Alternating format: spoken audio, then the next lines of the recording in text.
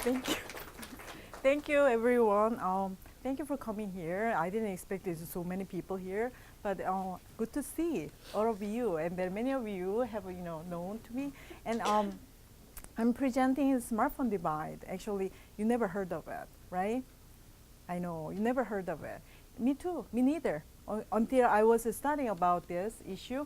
And then I found it very interesting. Why? You would guess, right? Smartphone. What is smartphone? You know smartphone, iPhone. Since 2007, we started to adopt the smartphone. And what's going to happen to you? Lots of things happen to you, right? You can guess. Because this is not well done research. This is ongoing research. And today I'm introducing you about the basic background information, not exactly the result, the survey, the methodology. Because I'm still collecting the data, and then I'm still working on it. Okay, this is an ongoing project, and then I'm going to introduce ideas, which means you can involve, you can contribute to your ideas, you can bring in your experience with smartphone, you can teach me. Actually, we can interact with each other for today. Okay, and then my first impression. What brings me to think about this issue? You can see this picture. Can you see this picture? 1984, kids playing in the field, playground. Okay, they looked like this. Jerry and me and Beth must have such a childhood, but not anymore. Okay, many of you, not anymore, because you are growing up with phones, not the smartphone, but with the mobile phones. Okay, very started early to use it. Right now, 2012, if you go to playground, you're going to find this. Not only in the United States, not only in the certain playground. You can find it here. Okay, in 2011, I visited South Korea. South Korea is my country. And then I visited there, and then I found this. This is all South Korea. Okay, everywhere. Okay. If you look at carefully, size video, you can find it. Anyway, that is the motivation for me to think about this smartphone.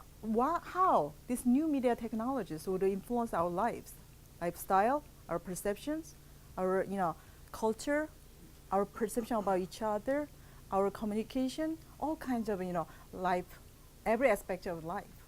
Okay, we can think about it. And then I want to change the PowerPoint. Hold on. Okay, hold on a moment. Actually, I was presenting about this smartphone last year NCA conference, big conference, and then, oh, this is not good. Can you help me? Just move like this. Okay, introduction. That's fine. Okay, let's see. Smartphone revolution, we call it smartphone revolution because it's revolutionary. Revolutionary means change a whole lot of all kinds of perceptions, pre-existing perceptions embedded in society. That's revolution. Revolutionary, big change, okay? As a main medium for communication, okay? You do, get to that idea very well, better than, I do. And there are advantages, disadvantages. We're talking about it. Multiple dimensions of device, that's a problem. Why? Do you know what it is, digital divide? Do you know? What is digital divide? Can you tell me? I taught you last semester, Kiki. Okay. What is the digital divide? The definition of digital divide. Divide between information haves and information have-nots. What kind of information? Internet access, computer, laptop, iPad, iPhone, all kinds of information communication technologies will be involved. Recently, smartphone, okay? Digital divide has been a big issue, not only in this country, all over the places, okay? Why? Do you know, the 1970s theory, communication theory, knowledge gap hypothesis? I think, many of you are not communication major. You would know about it, right? Knowledge gap hypothesis, what is this? With the emergence of all kinds of mass media, okay? People started to use, all kinds of mass media. And then people thought that, okay, there will be universal use of information. And then even information have not would get access to information, more information through this mass media. They would get, the exactly amount, the similar level of amount of information, usually information has, usually people in the higher social status would have. Do you understand that? What happened? Knowledge gap hypothesis explaining that, okay, that is very true. They're seemingly true, but actually the reality, in reality, it's not. It's not closing the gap between information haves, information have-nots. Why? Because different, education level, different income level would make people differentiate their use. Okay, they would make different use of media at the different level. Okay, different media, different information.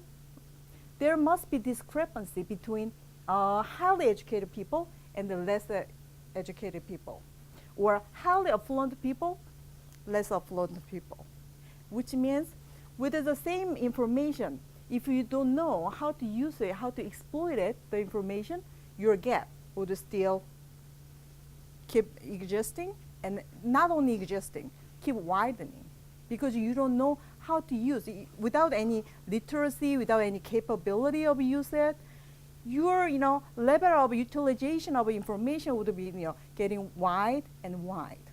Do you understand that? Over time. And the knowledge gap will be widening over time. That's the point. Exactly the same thing happening in the discourse of digital divide. With the digital divide, with the access to computer or laptops or internet access, what's going to happen to people? With access, can you get the same level, similar exact amount of information you would have? How do you know? How do you utilize this information openly available to everybody? Right? You can ask a question, that kind of questions.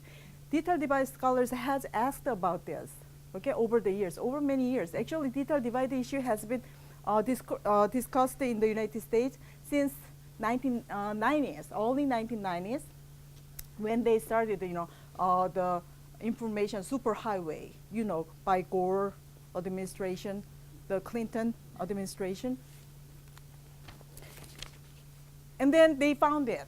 There are multiple dimensions of digital divide, not only access to the technologies, okay? Access to technology, it's just basic dimension of a divide, okay? Oh, what's wrong? Sorry. And then, other than these digital divide discourses, after emergence, inception of a smartphone divide, people are starting to talk about multiple dimensions. That's a purpose, for this talk, okay, for today, because I'm interested in this multiple, more additive dimensions because of this smartphone to people's lives, okay? Information haves versus information have-nots, okay? By smartphone device, we might have dual, second level, or deepening digital divide. The further divide, okay? Further knowledge gap, further divide. For example, intergroup divide, intragroup divide. We could divide. We could make a distinction. Intergroup divide. Do you have a smartphone or not? Right? You have this, you get access to this technology or not. Okay? You can make a distinction between those groups, users versus non-users. But intragroup divide a little bit different. You have it. You have a smartphone. But there must be active users. There must be inactive users. Like my husband and me. I have a smartphone. I have an iPhone 5 because my husband was begging for me to have one. Okay. Actually, I'm not very much interested in a smartphone. Okay. But he has been a very avid user like you, and then in every aspect of it, especially gaining information, obtaining information, he's an expert. I have to depend on him whenever I need something, okay? And he's suggesting all kinds of creative ideas through this media, this smartphone. You would remember that whenever you talk with your friends or your significant others, oh, you talk about it, oh, you don't know anything about this issue. Okay, hold on, wait a minute, and then I'm gonna wiki. I'm gonna find some information quickly, instantly. Okay, look at this. Here's the information. Here's the truth. Have you ever done that before? Many of you. Okay. These differences would make big discrepancy between those people who could utilize this technology and those people who cannot, okay? And who are not willing to, okay? That's the point. Let's look at the basic information. Mobile broadband, smartphone, not progressively, okay? This is general, okay? Globally, progressively, but in the United States, rapidly, like a wildfire, okay? Rapidly increased. Look at this. This one is mobile app application purchase, okay? Purchase rate going up, okay? How is it different between feature phone, basic mobile phone, and smartphone? We are going to talk about it. Look at this. Smartphone in the United States, more than like 50% right now, I guess. When as of writing this article, it was like a 47, 49%. But right now, it must be more than 50% of users would adopted the smartphone, okay, in the United States. And then feature phone, this one is feature phone, has been gone down.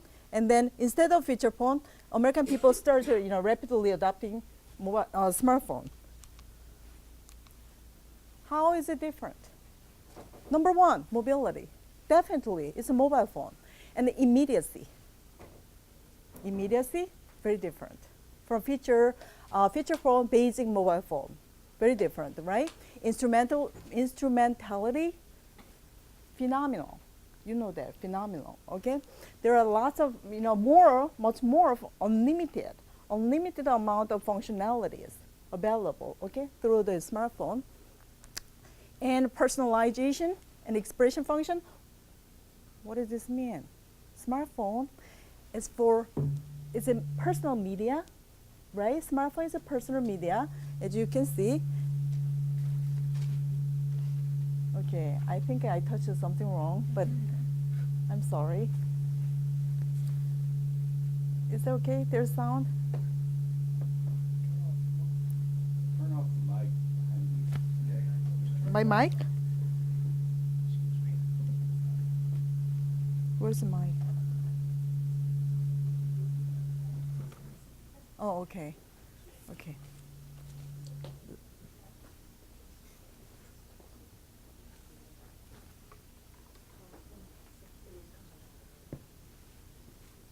Okay. Sorry about that. Okay.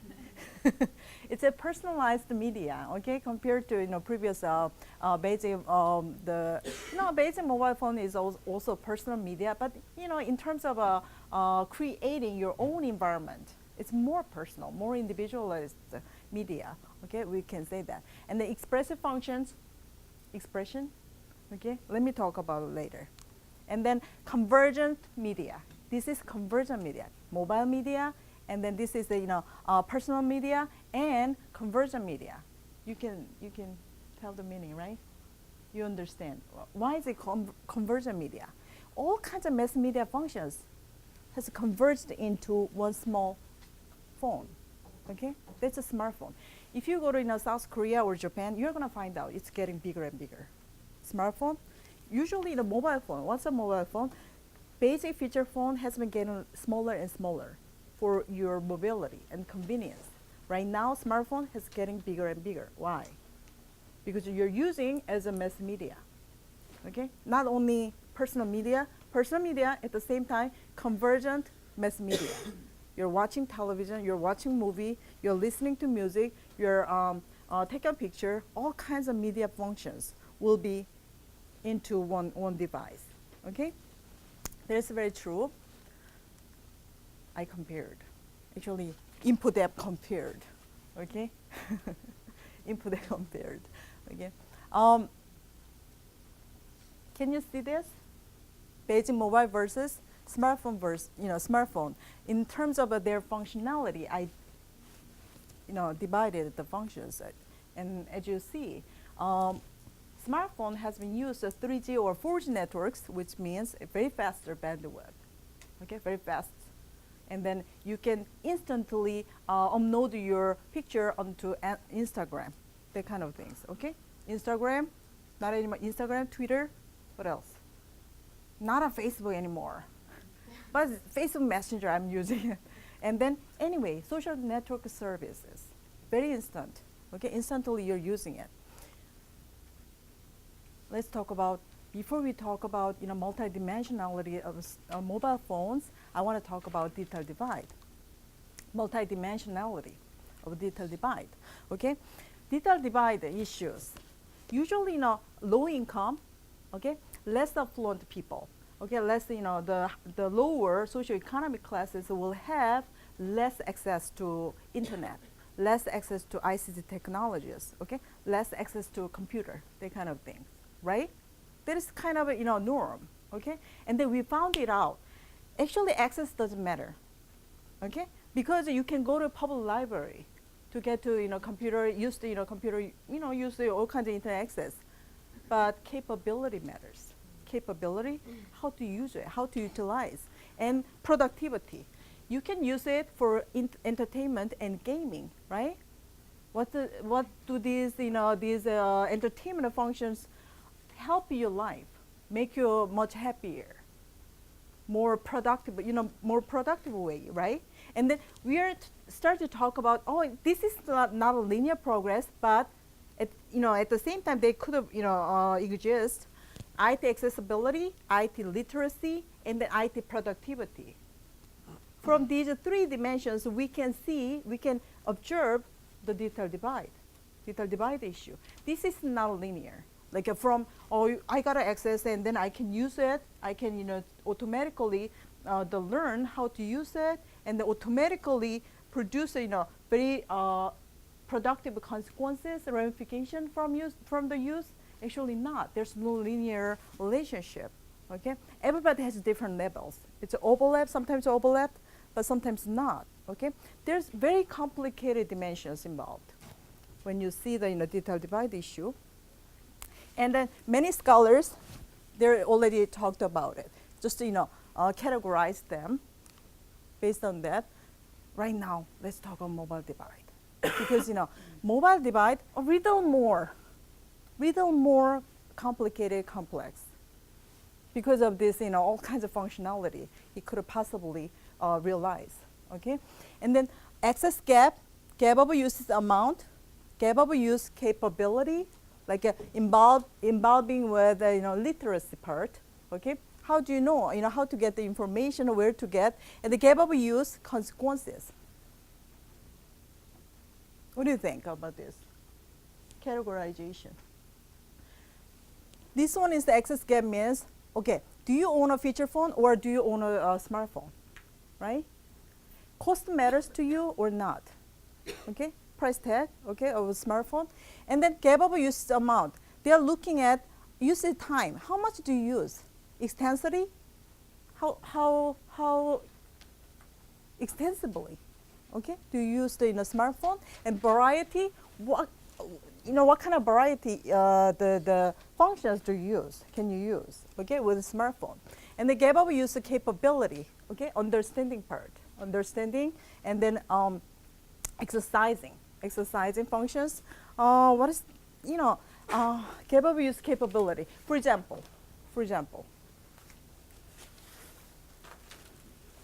actually, if you see the differences between feature phone users and smartphone users are more likely to go online compared to feature phone based mobile phone users, okay?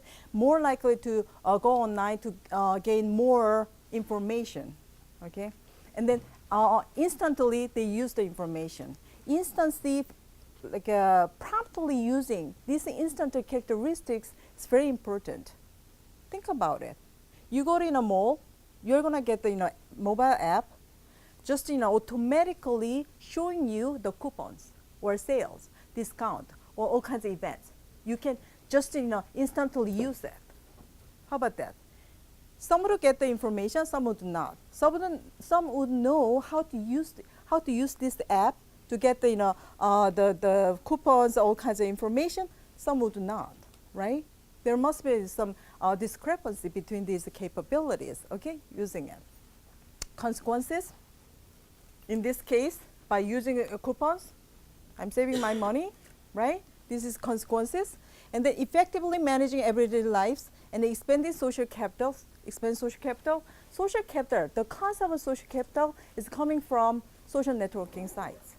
Okay, you're socializing with people, but your social network is much larger than those people who are just using traditional the way of making friends, face to face, or by email. I don't know, at the workplace. But if you have extensive social networking sites, okay, extensive, the amount of the Facebook friends or Twitter friends, you're expanding social capitals, okay? Very weak tie. Very weak tie. Like Robert Futuna was talking about it, 1970s, 60s, 70s. Robert Futuna was talking about no sense of communities, lack of a sense of communities in the United States. But by smartphone, you are expanding, but with a weak tie. Not yet, we don't know. Okay, as a scholar, they are still ongoing doing research about this social community. Really, smartphone has contributed to the reconstruction of social community in the United States or not. They're still talking about it. And then ability to mobilize resources. Okay, like coupon use, all kinds of stuff. Identity expression.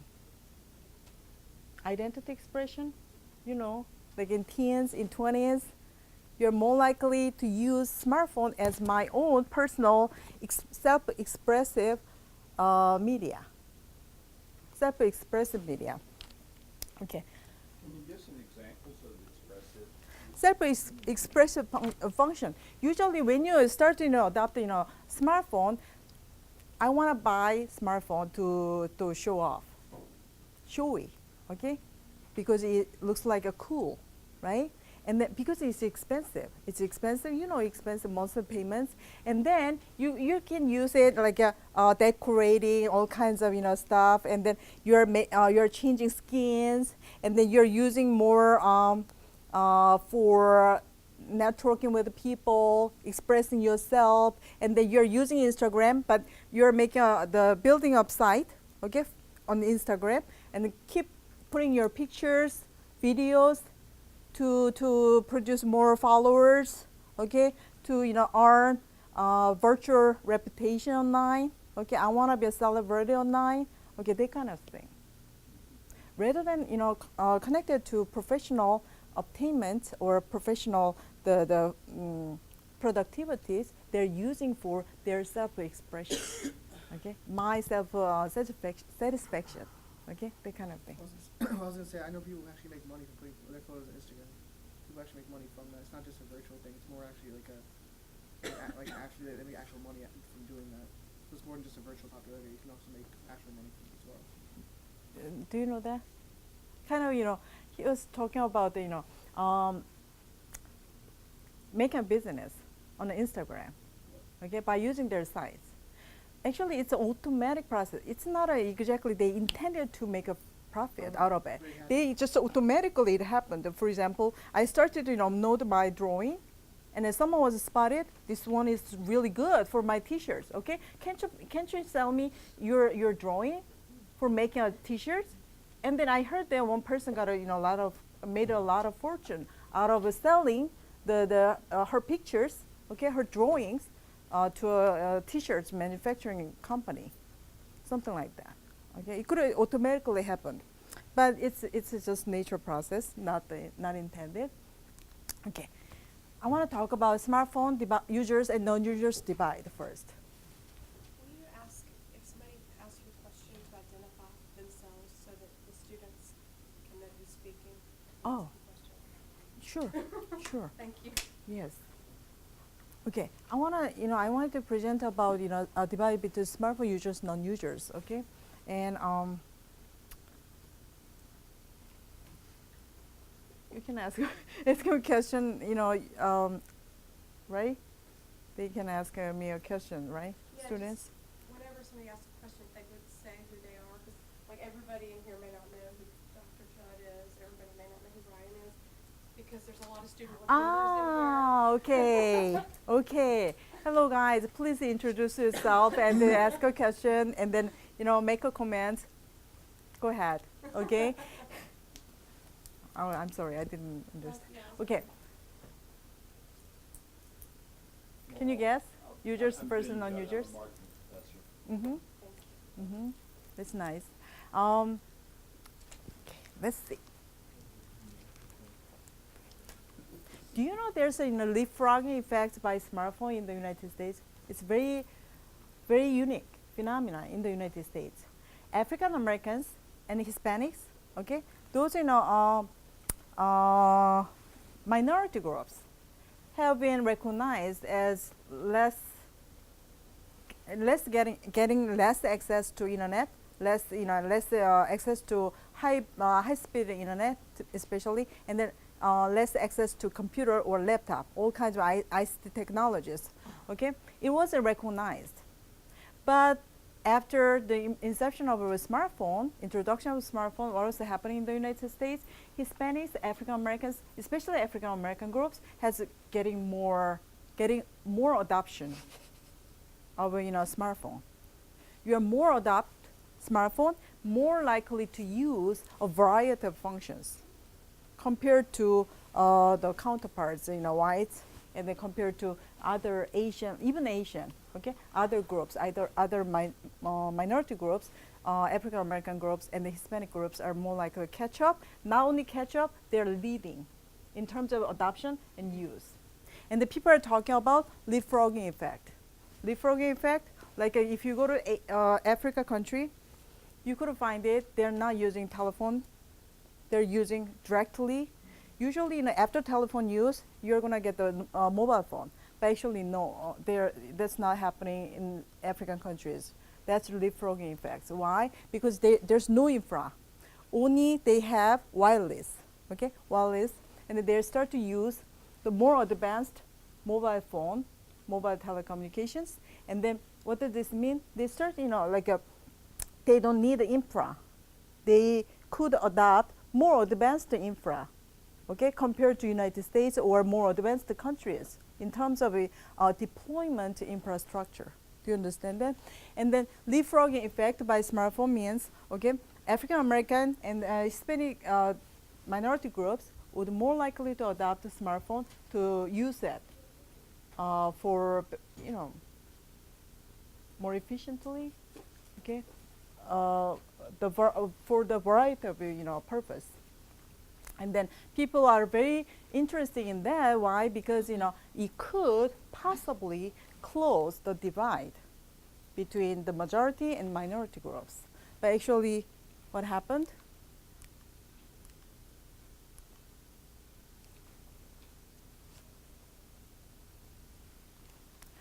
African Americans' greater adoption use engage in the most diverse types of mobile phone functionality, but they found that actually that's not replacement effect, okay?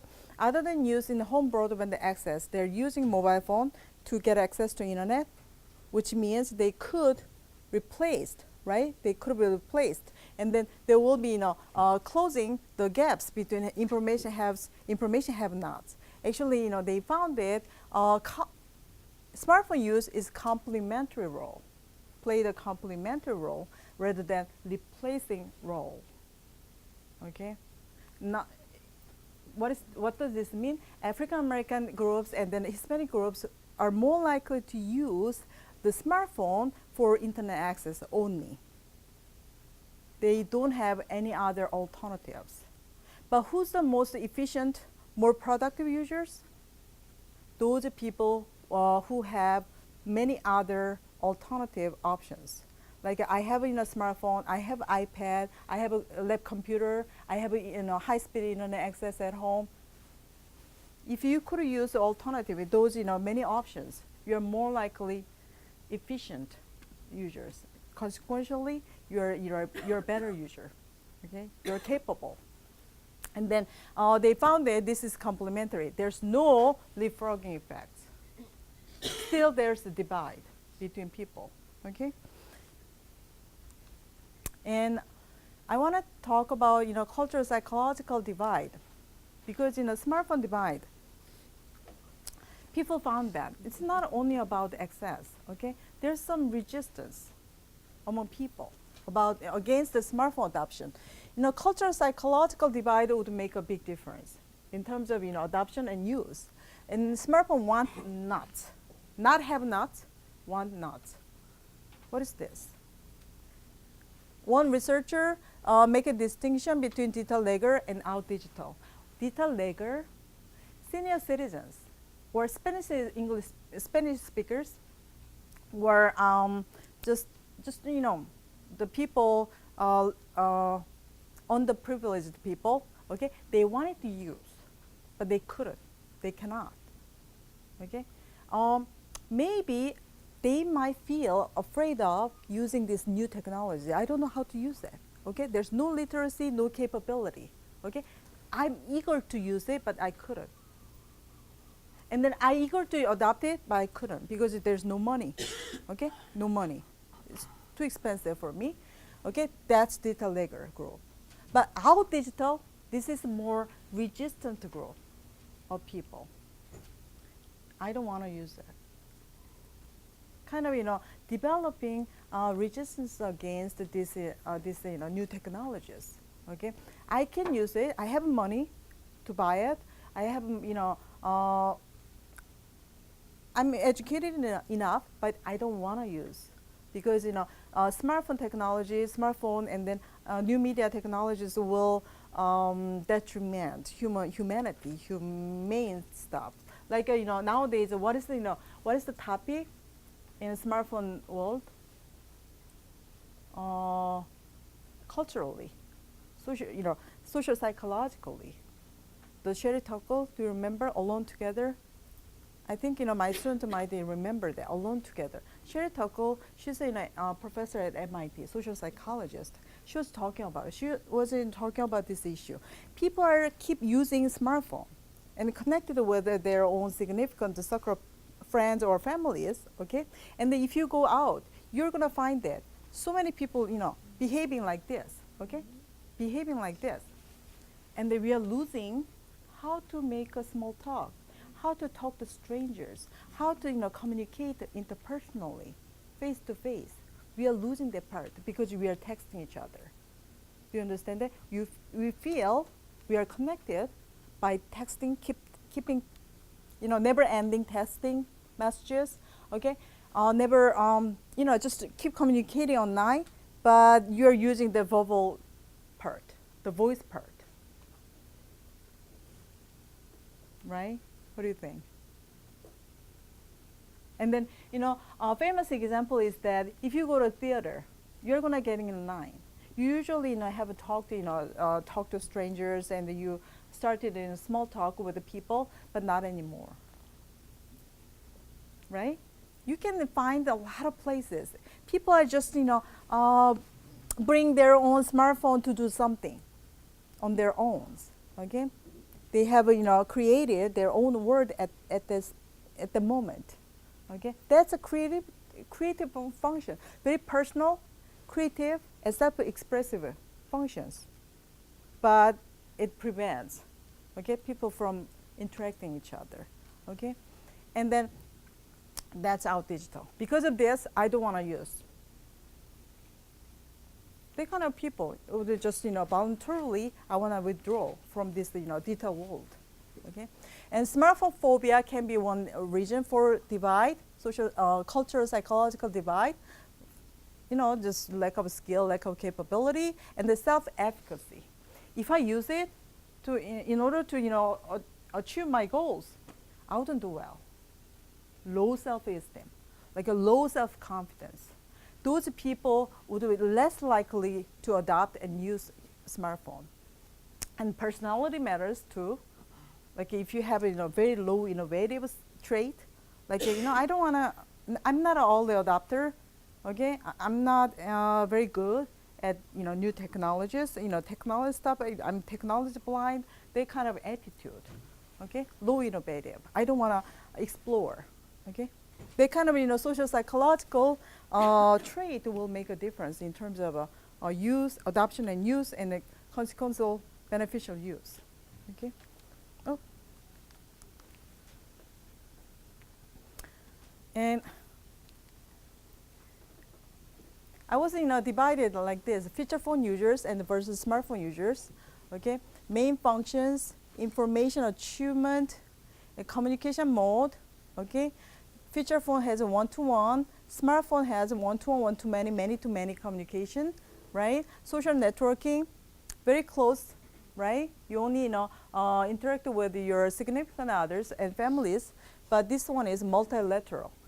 Even though it has a very weak tie each other, but still you have more extensive social networks and social capital. And managing everyday life, filling time. You're coordinating by using text messaging, okay? Like a very basic game, you can do it. Like filling time, pass time. Your uses with feature phone is very limited. But this one is making time. Making time means you're creating your own words by using a lot of things, online access, social networking, and then digital camera, or video, all kinds of stuff, right? Even navigation, coupon stuff, instant, services. Okay, you're using in a variety of ways, very versatile. Oh. Okay.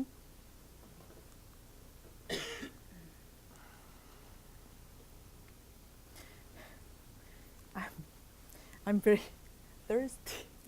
Okay, it's a long journey. I know it's too much, right? What do you think about the?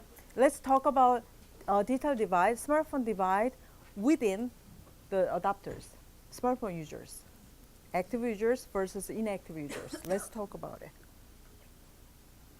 What do you think?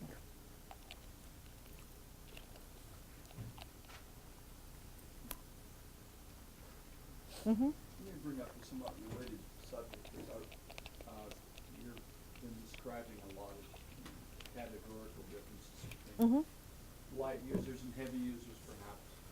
But we just came, actually both of us were in a previous talk earlier today, talked about the importance of networking in business and making contact. And so the question that I would have, and I don't know which literature you've been looking at addresses this. There's a need in certainly among faculty, but also among any corporation, for people to get to know each other, to know what functions other people can do, to build a cooperation between groups. A whole bunch of it is interpersonal stuff, and at least knowing who belongs to a face, Mm-hmm. and what their interests are, and when you can call upon them for help or a project or whatever. So how does the smartphone facilitate or hinder that process? In a Pretty shocking. professional world, right? In the professional Yes, world, yes, people. Actually, you're addressing this part because people by motivation. There's some differences between among people and their use adoption. Actually, they adopted. I'm talking about already those people who already adopted a smartphone. But in terms of uses, okay, you see differences. By motivation, there's some distinction. And then you're talking about instrumental use. Actually, in the United States, it started from your office phone. You need that, okay, because it's given by your organization, okay, for your professional purpose. Email, usually checking email, right? Checking email, checking schedule, because it's replaceable with for the PDA, PDA, right? And then it's kind of a very helpful aid for your professional the careers, right? It started from that, But right now,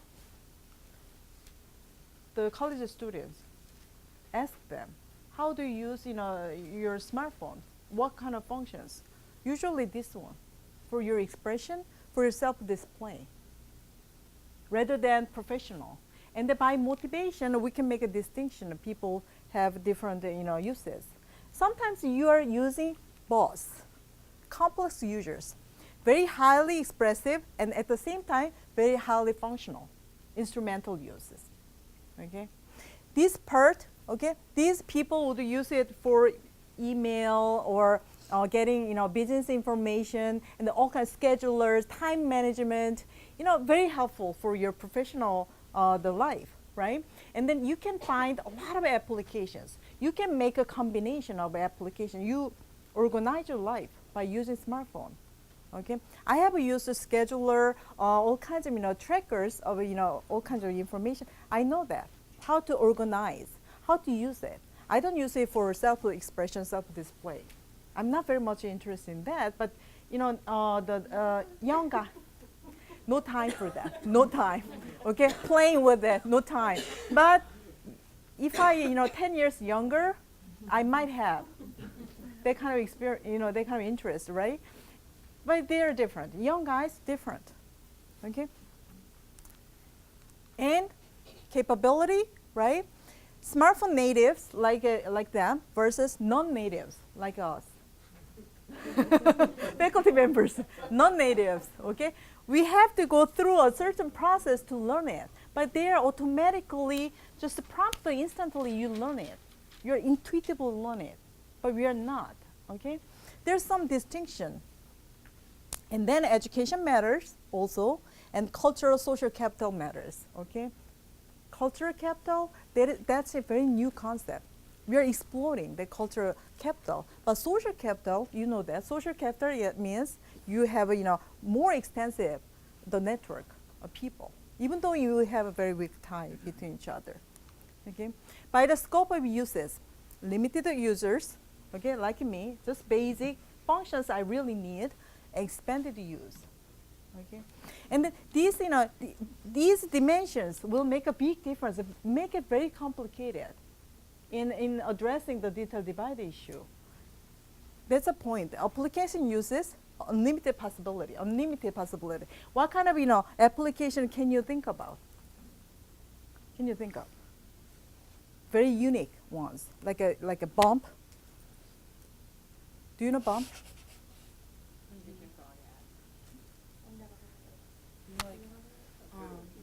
You can pass information between phones by just bumping them together. So bumping together, you're just transferring your pictures from here to there, just same phone, bump.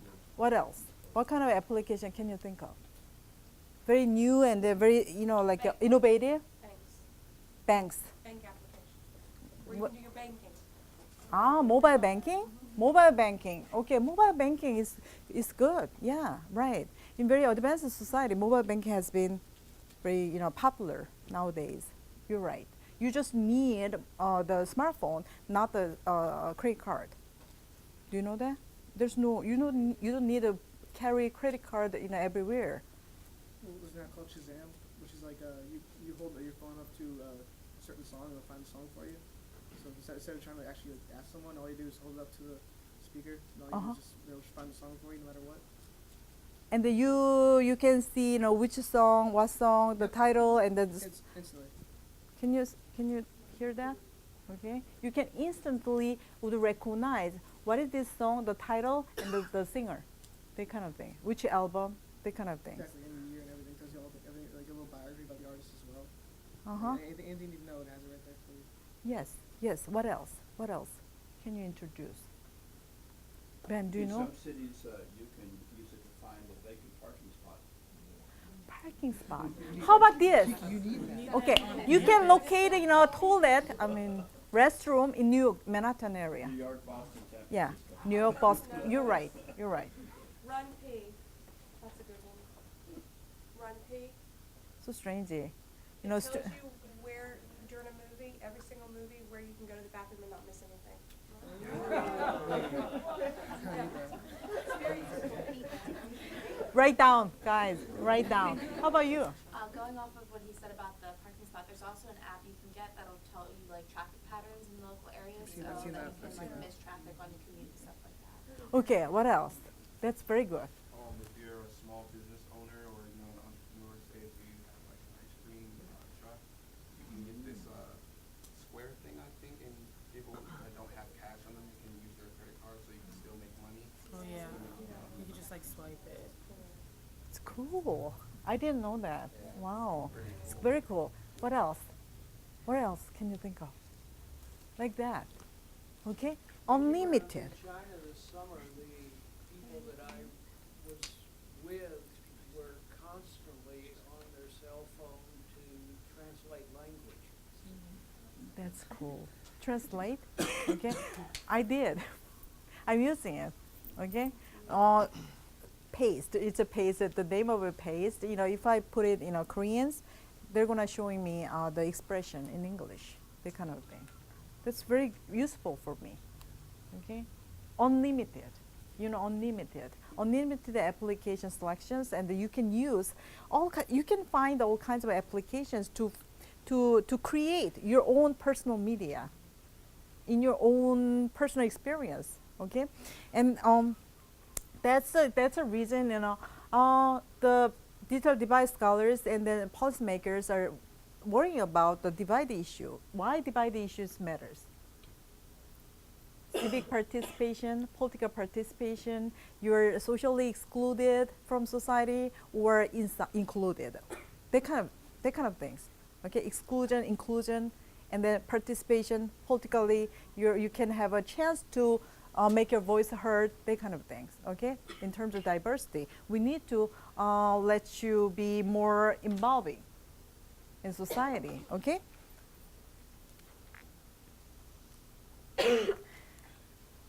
I want to address this, before I finish it. Okay, divide and participation, as I told you.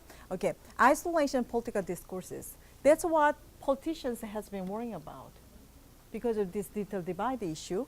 And 80% of conversation topics on Twitter were real-time current affairs. What does this mean? Boston Marathon, okay, the bomb explosion happened. And in a class, okay, in a late afternoon class, one student started talking about it, but I didn't know. Why? No, I don't use tweet. Twitter. I don't tweet. I don't use tweet, and then I don't check, social networking sites all the time. Okay, I'm not online. That's it. Okay, instantly you can get the information directly. And if you see the Twitter, okay, Twitter analysis, if you see the Twitter analysis, you could find a very interesting pattern. Only small percentage of people will produce majority of the conversation topics. What does this mean? Online, only active users with a political interest would make a lead. Do you understand that? Leading the opinion online, which means, how about those people, including me, who are not very much actively involving in Twitter or in Facebook, in other social networking sites? My voice wouldn't be heard, right? But think about, nowadays journalism, newspaper and news site or news programs, you're gonna find it. They're gonna talking about, online opinions, right? They're collecting all the information and then suggest that this is the public opinion, okay? Which I didn't contribute, okay? And then we are worrying about it. Might be politically very active persons, whether, active uses of a smartphone, they would be more overrepresented compared to those people who are not, contributing much online. Think about it. The last election campaign is a good example of what you're talking about. In fact, as you very well know, Mickey, over a number of years now, there's been a concerted effort to get more 18-year-olds to 25-year-olds to vote. And since the amendment was passed allowing them to vote, they've always been underrepresented. But this year, more of that cohort voted than in previous elections. And now, if you look